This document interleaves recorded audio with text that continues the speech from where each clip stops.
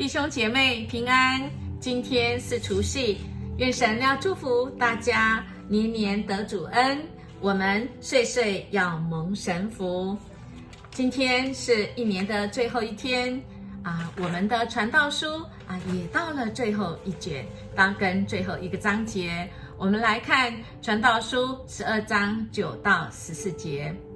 第13节这样说：一切的话都说完了，总结一句，要敬畏上帝，谨守他的命令，因为这是人人应尽的义务。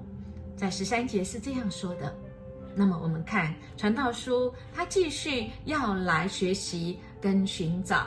这么重视智慧跟知识的所罗门，他说的并不是说我们不要再看书，不要再写书，而是更重要的是，我们看了这么多，我们学了这么多，要来实践出来，要活出上帝的命令，甚至于就是要敬畏上帝，这才是重点，这才是我们人的本分。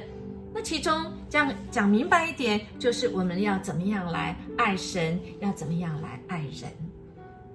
我们知道我们要先爱神，特别是这位看不见的神，但我们要怎么样来爱呢？首先我们要敬畏。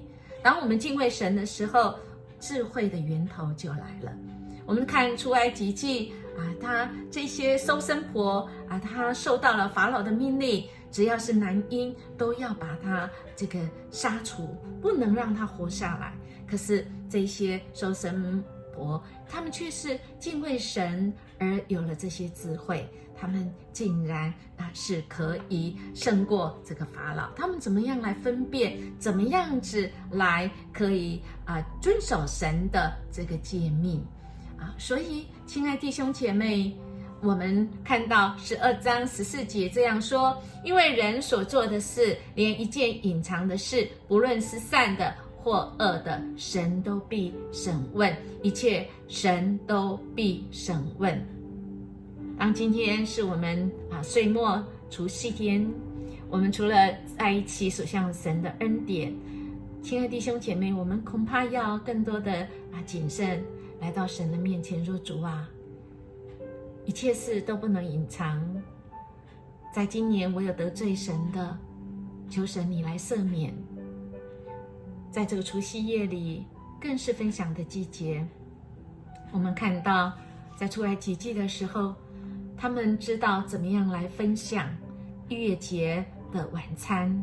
规定是这样说：若是一家的人太少，吃不了一个羊羔，就要和隔壁的邻居找一只。这是一种分享。当我们今天晚上在分享丰盛的晚餐时，我们也要遵守神的命令，敬畏神，就是我们也要跟那个贫穷的人来分享，也纪念这些比较贫穷软弱的肢体。愿神来赐福我们，我们一起来祷告。赐福满满的神，谢谢你给我们今天的饮食，特别今天在岁末，你给我们丰丰富富，也愿我们活出主的爱，跟人分享主你的丰盛跟主你的爱。我们将祈求祷告，奉主耶稣基督的名求，阿们。